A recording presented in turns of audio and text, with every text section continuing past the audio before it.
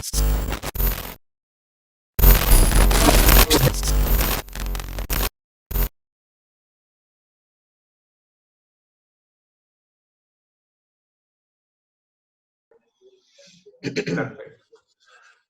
Bueno, muchas gracias a Marité, de nombre de toda la Cátedra de Libros Hermazota, por la predisposición y la participación en este ciclo que se llama Pensar y cuidar lo posible, la cautela, la espera y el límite preservan implicancias colectivas para construir un porvenir. ¿Cómo andás, Marité? Hola, buenas tardes, Iván. Muchísimas gracias por la invitación.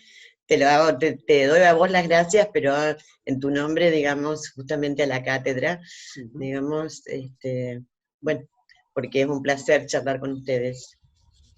Bueno, sí, la idea de un poco de este ciclo son pequeñas entrevistas con profesionales de la salud para charlar un poco sobre todo lo que está pasando actualmente, pero también sobre algunos acontecimientos también extraordinarios, se puede decir traumáticos del pasado. Sé que estuviste trabajando en las inundaciones de Santa Fe allá por el año 2003.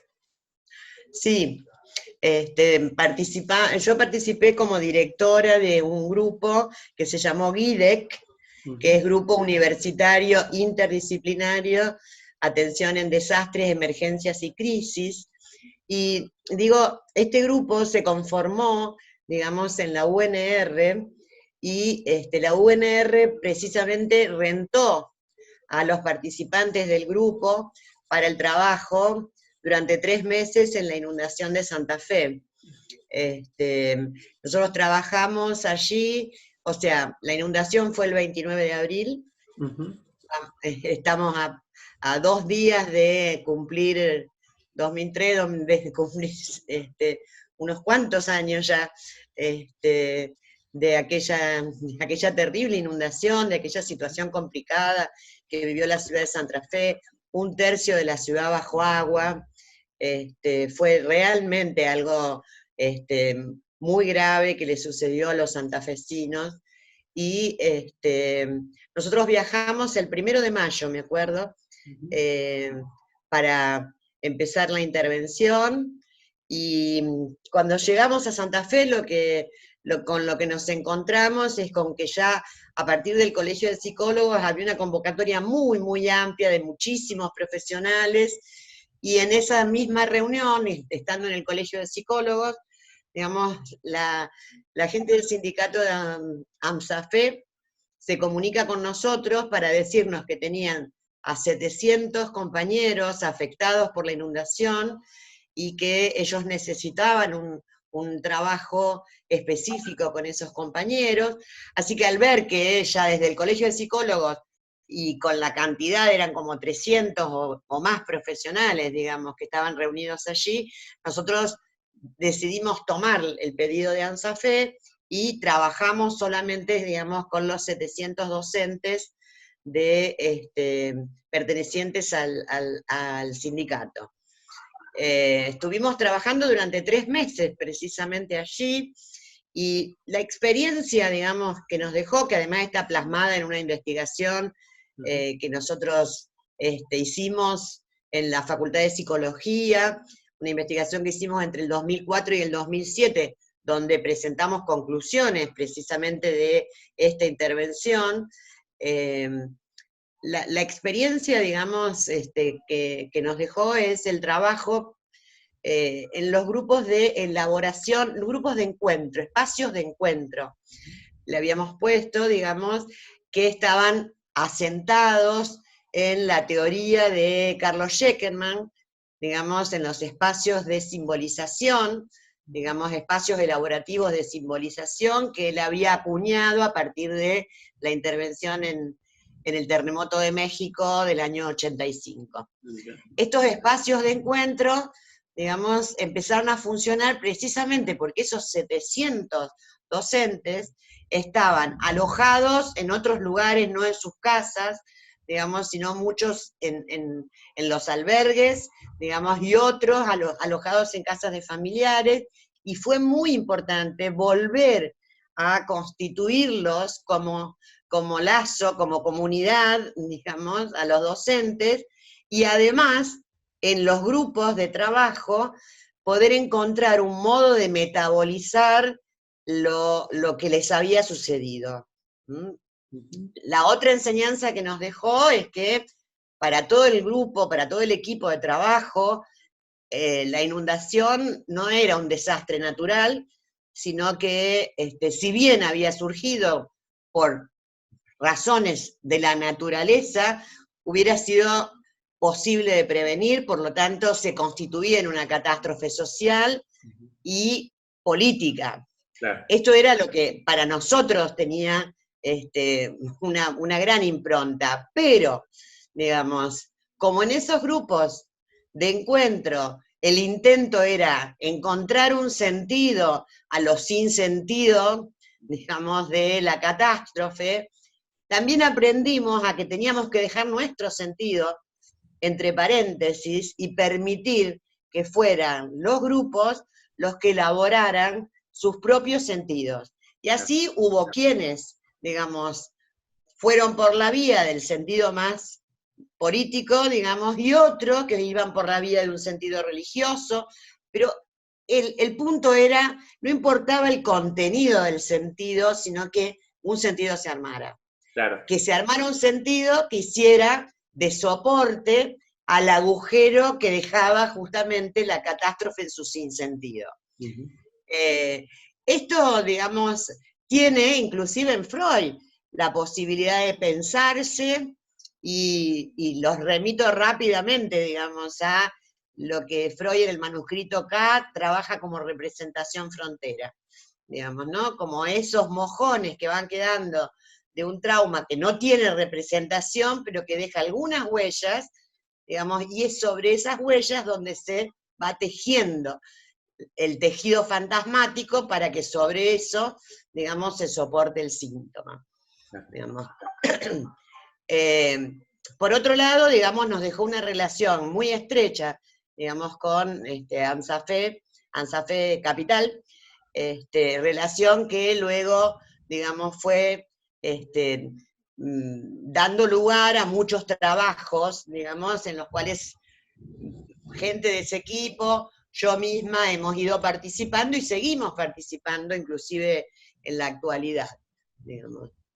Porque nosotros elaboramos conjuntamente con el gremio lo que sería el germen de la Comisión de Salud Mental del gremio AMSAFE, precisamente como uno de los resultados de esa intervención. Perfecto. Te lo resumí así, te Sí. digo que es un informe final, está en la facultad, se puede encontrar en la facultad, digamos, espero que se pueda encontrar, que los informes finales de las investigaciones se puedan encontrar, pero para hacerlo más cortito te lo resumí. Entiendo. Y en relación a un poco lo que te estoy contando, ¿hay una similitud que se pueda pensar en el trabajo del psicólogo con lo que está pasando hoy en día? ¿O qué pudiste pensar en relación a todo lo que estamos pasando? Claro. Mira, justamente, digamos, a partir de que hablamos y que vamos a hacer esta charla, yo estuve pensando, y fíjate que son situaciones totalmente opuestas, porque, a ver, en la inundación lo que habían perdido eran sus casas, las personas habían perdido sus casas, entonces estaban alojadas en refugios, en escuelas, en casas de otros familiares, pero habían perdido su hogar, y entonces muchas de las cuestiones que trabajamos era la pérdida de esas cosas que son irrecuperables, de esos recuerdos, digamos, las fotos. Me acuerdo una mujer que lloraba mucho porque había perdido un repasador que le había quedado de su abuela, por ejemplo, ¿no? Claro. Ahora, en realidad, lo que estamos viviendo es que estamos todos dentro de nuestras casas. Lo que perdimos es el afuera. Claro. Es el estar con otros, el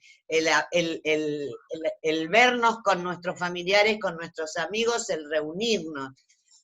Se trata, en este sentido, de pérdidas. Y ahí es donde uno puede ir haciendo la conexión con el trabajo que hicimos allá. Respecto a las coordenadas teóricas que nos brinda el psicoanálisis, la salud comunitaria, por ejemplo, respecto a esas coordenadas teóricas son las mismas, digamos, solo que pensando en que estamos en una situación, digamos, diferente, y que el aislamiento social, preventivo y obligatorio, digamos, lo que está produciendo, digamos, justamente es esta gran necesidad del lazo. Yo creo que, por ejemplo, estas charlas tienen que ver con eso, con la necesidad del lazo, y bueno, las encontramos por las redes. Por una vez la tecnología nos permite justamente sostener algo que de otro modo no lo hubiéramos podido sostener, ¿no? Las encontramos por las redes, en las plataformas, digamos, allí es donde encontramos, y ahí es donde me parece, digamos, que la intervención tiene que ir en el sentido, digamos, de sostener, promover, consolidar lo que es el lazo al otro, digamos. Precisamente, es decir, hay posiciones muy polares, filosóficas muy polares, respecto de qué nos va a dejar la pandemia, y va desde que nos va a dejar en el profundo aislamiento, y el autoritarismo, y el fascismo, y la xenofobia, a que prácticamente, bueno, vendrá un nuevo comunismo. Sí. En esas posiciones polares, yo creo que uno tiene que leer precisamente que estas son cuestiones que están todo el tiempo en juego. Es decir, yo no puedo decir, va a pasar tal cosa, y no me aventuro a hacerlo, y creo que es necesario que trabajemos con la incertidumbre. Sí podría decir que me gustaría que suceda, digamos, después. Pero entonces, en el que me gustaría que suceda, tiene que ver cómo oriento las intervenciones. Y las intervenciones, en realidad, van a estar orientadas a que el sujeto no se pierda precisamente en la situación del miedo, de la incertidumbre, de la angustia, de la cercanía con la muerte, digamos, y que pueda ir encontrando, digamos, una proyección de un cierto futuro.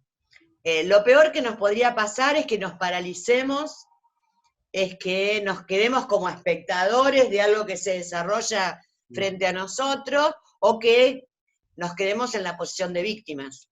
Claro.